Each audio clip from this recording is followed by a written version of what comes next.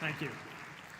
We are experiencing an explosion in data about humans that is unprecedented in scale, all the way from our own DNA to global social networks. We are experiencing data that we've never seen before.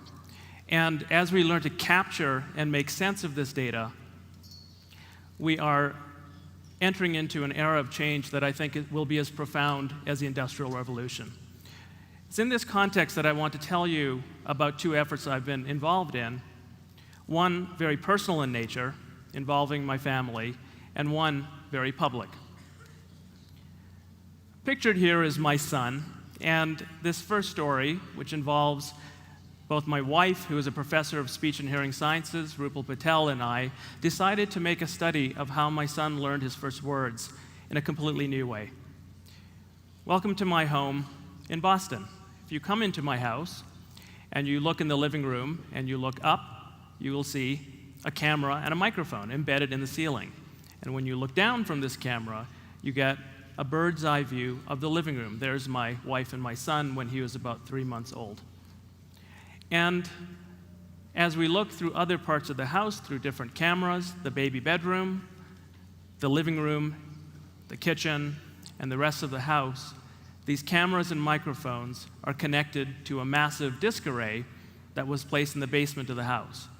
We're flying through now a day in the life of our house, about 10 hours, blue light of daylight, and as we go through the activities of a typical day at home, it goes to incandescent orange light and finally lights out for the evening.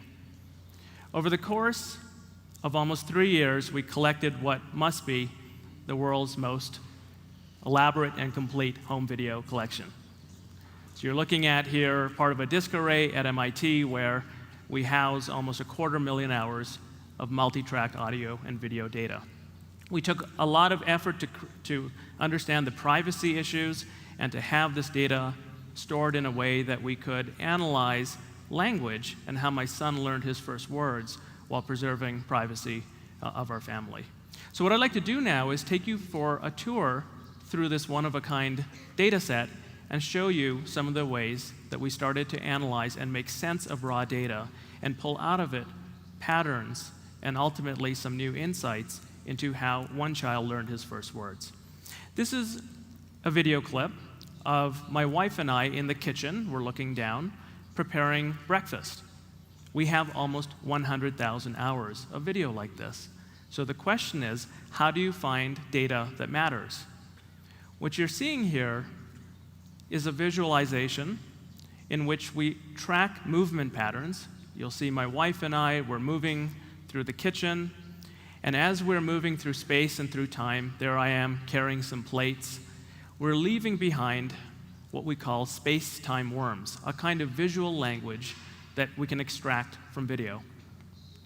And this became a very useful way for us, without watching video, to find where people are. And we developed a software system where we could look, in this case, at 2 minutes of activity in the home through 3 rooms, or we could pull back with our mouse and look at an entire day or even 3 months. And with this visualization method, we could track my son's location throughout the home and then transcribe everything he heard and said over the period of 2.5 years. And that brings us to our first stop in the data tour, where I will play for you now what we call the birth of a word. When my son was about 1 year old, he started to use the sound gaga to mean water. And then over 6 months, he slowly developed the full English form, water. What you will hear is the equivalent of a time-lapse video of a flower blossoming. We will fly through 6 months of my son's development in about 40 seconds. So listen as we go from gaga to water.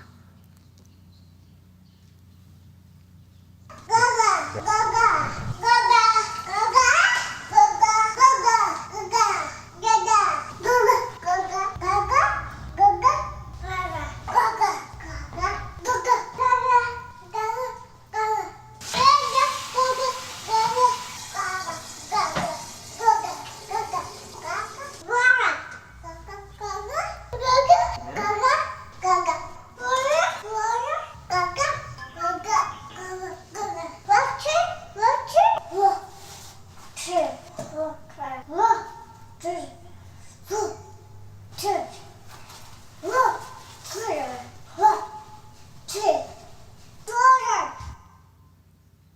Pretty cool, isn't it? So my son, thank you. Thank my son. He didn't just learn the word water. In fact, he learned well over 500 words by the time he was 2 years old. This seems like a very high number of words, but in fact, no one has had the data to trace every single word. You're looking here at what we call a map of all the word births, month by month, day by day, moment by moment. Every time a new word entered his vocabulary, we know where and when it happened. And this gives us a framework to do a kind of scientific analysis. What was the impact of the environment on the order in which he learned words? Shown here as a baseline is a study we did where we asked the question, does hearing a word more often lead to a word being learned earlier? So if I hear ball a lot, I'm going to say it earlier. If I don't hear it very often, I'll learn it later. And in fact, we find a prediction, correlation, 0.05, a weak correlation that shows indeed frequency matters. But what we're really after is to understand social context. The great Jerome Bruner, a theorist of language development, believed that the activity context of everyday life within which words are heard is probably really the predictor that lets us understand how language comes about. That activity contexts provide the meaningful context within which a child can crack the code of language. And now we were in a position to put this idea into contact with data. You're looking now at me and my son in the living room, and as we fly through time, I'm leaving behind green ink, and my son is leaving behind red ink. As we play on the floor, and now we move to the couch and we look at cars, and then my son is in a walking toy playing by himself. We stop the action, and now we let time be represented along the vertical axis, and our movement patterns can be revealed in this sort of visual form.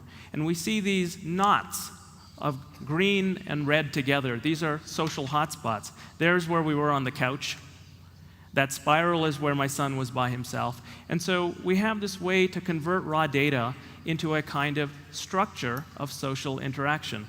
And now we can put all the pieces together.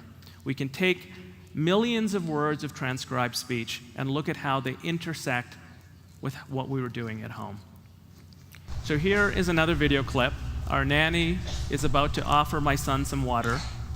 We're tracking everyone's movement. My son again in red ink, our nanny in green. As she offers water, we tag that moment in space and time, and we keep a little trail of the activity around where my son heard the water. And now, the power of big data, we repeat this analysis over and over. Every time my son heard the word water over a 2-year period, we trace back what was happening in the home. We interpenetrate language with context.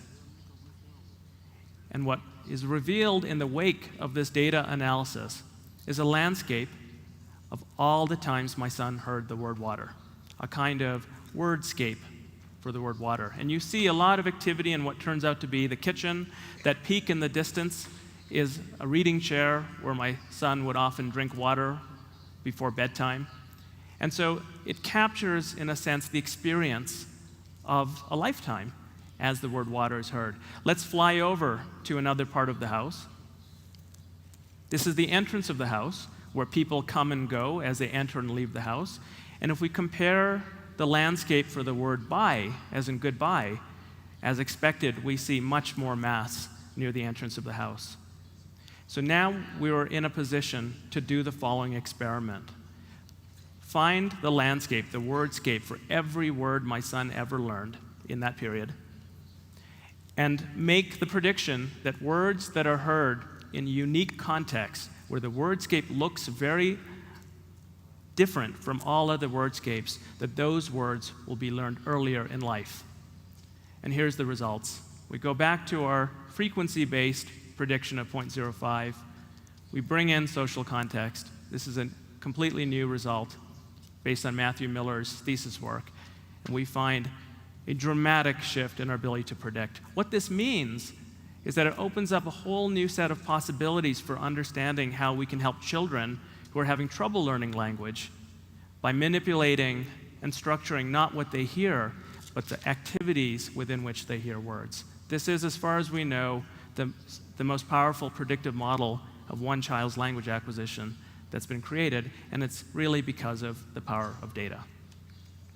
So, a funny thing happened as we were doing this research at MIT. One of my PhD students, Michael Fleischman, decided to take the same ideas of linking words to context and take all the technology, which is essentially a microscope for studying what's happening in our home, and turn it into the public sphere of media. And we're making a very big switch, but it's the same ideas we're going to put to work. It turns out, in the public sphere, people are talking about TV through social media.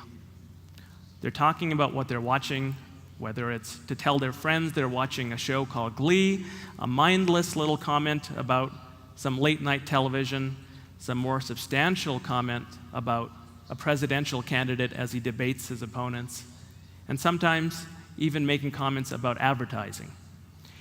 We've been tracking the volume of growth of conversations on Twitter and Facebook and the blogosphere about TV. These are 3 shows in US reality TV genre, triple-digit growth.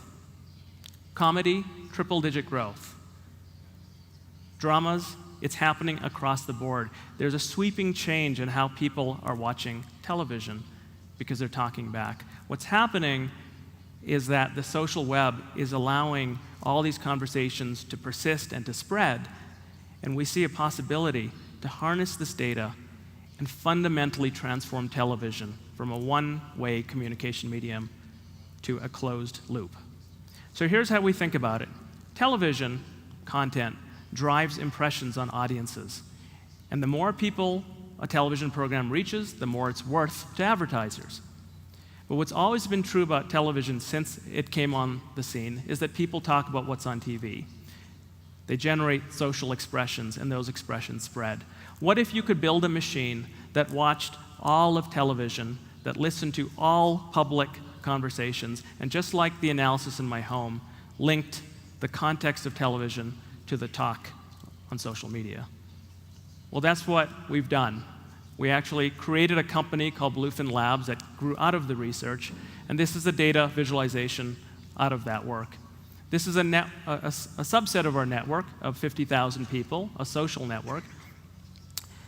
And we operate satellite dishes and have machines watch TV and create a network of data where every node you're seeing here is real data is a show or a commercial on US television. We track all of the connections between content, so we end up with 2 graphs, a social graph and a content graph of television. And then the key piece. Using artificial intelligence algorithms, we connect the dots. Every time a person in the social graph makes a comment about something in the television graph, we draw a line. A link is formed between the social graph and the content graph. We call this the TV genome. It is the most comprehensive data set we know of that links audiences to television. 20 million people today in the United States are watching and talking. We're indexing a couple 100,000 shows per month and adding about 40 million links per month, more and more completely stitching together these 2 realms of data. So let's take a tour through this data and see what it can tell us now about a very different kind of communication dynamic. We're looking here at time along the horizon versus several major US networks. We can plot, in contrast to how many people are watching TV, how many people are talking. Each bar in this bar graph is one show on TV. The height of the bar is the number of people who talked about it. We can do this at scale. Over 200 of the biggest networks in the US now being analyzed around the clock.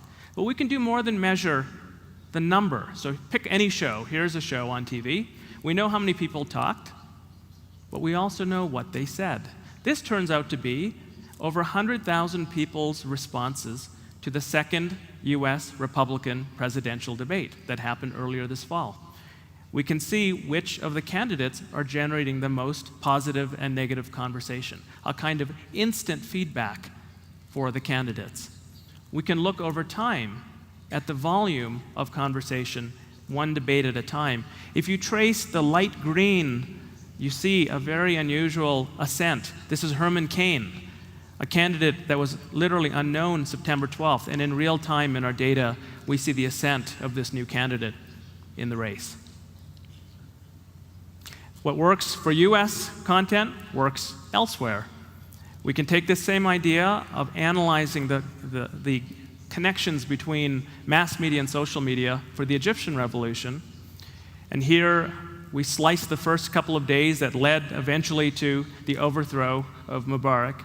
And in Facebook and Twitter, we see the violence on the streets, the call for medical support is dominating the conversations on the street. Meanwhile, the official voice of Al Jazeera is talking about criminals and fighters and expression. And as we slice through time, a couple of days at a time, we see an evolution in the conversation. And by the end of this period of 18 days, on the streets, congratulations in the overthrow, and the mainstream press converging on the story of democracy. Imagine if the loop was closed in real time between Al Jazeera and what was happening on the street, how different the news coverage might have been. Final slice of this that can't be ignored is what makes television actually run, the business side. And if the business side is impacted, then we can predict quite securely that there is a sea change coming in our world of media. So here's another show, popular in the United States, called Criminal Minds. And what we can do automatically is analyze the emotional content of the audience as they're watching the show. One of the dimensions here, polite versus vulgar, very important to advertisers. As people talk about Criminal Minds, they're not very vulgar. They're pretty polite. In comparison, when they watch a show called Wipeout, another show I won't bother describing to you today, they're very vulgar. If you're trying to sell baby products versus trying to build a brand for young men, you may care about this kind of audience insight, which has never been available before, because it's real time, it's in context as people are reacting to the media. We can go and look at, in a sense, the DNA of an audience of any show on TV.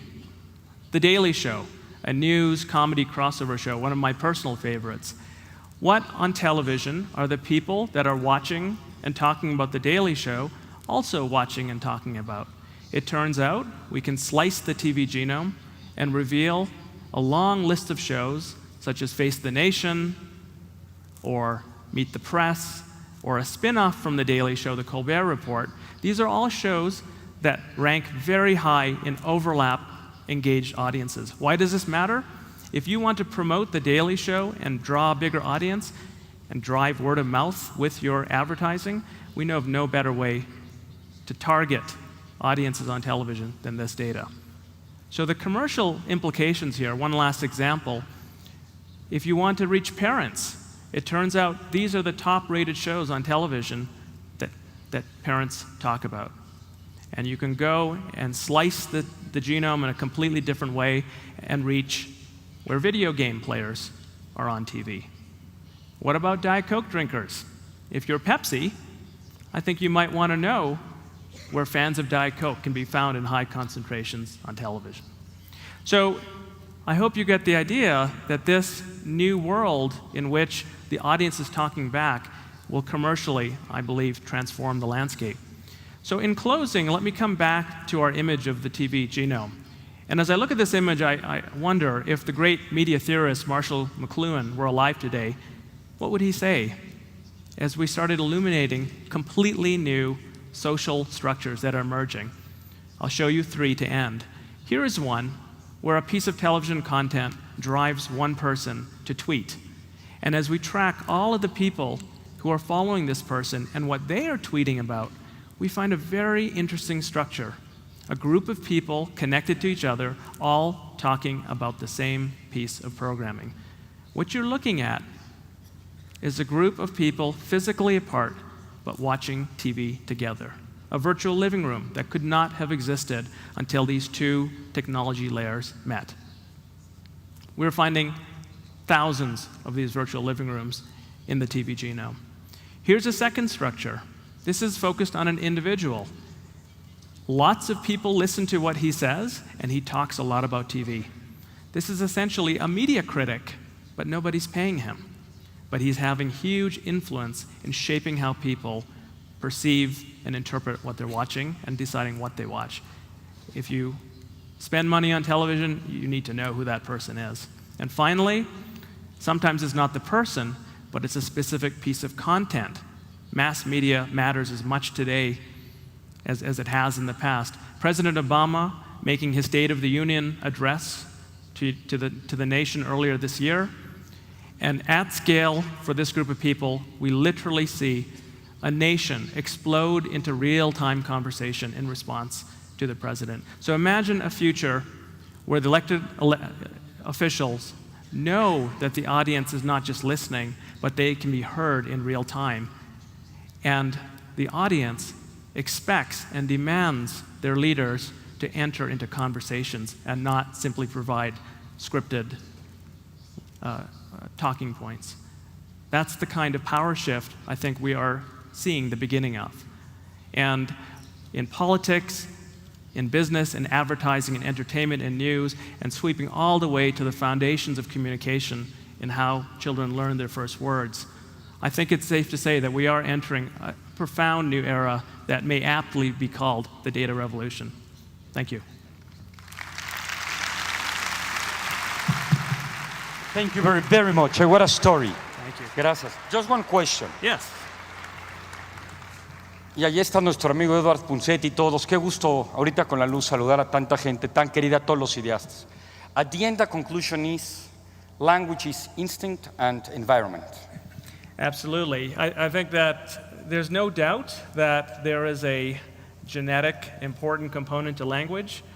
Why is it no other species can learn? I think that language is perhaps the defining feature of the human species. And yet, I think nobody doubts that without environment, you don't get language. You grow up in Japan, you learn Japanese. And very quickly, yes. Why did you choose the word water?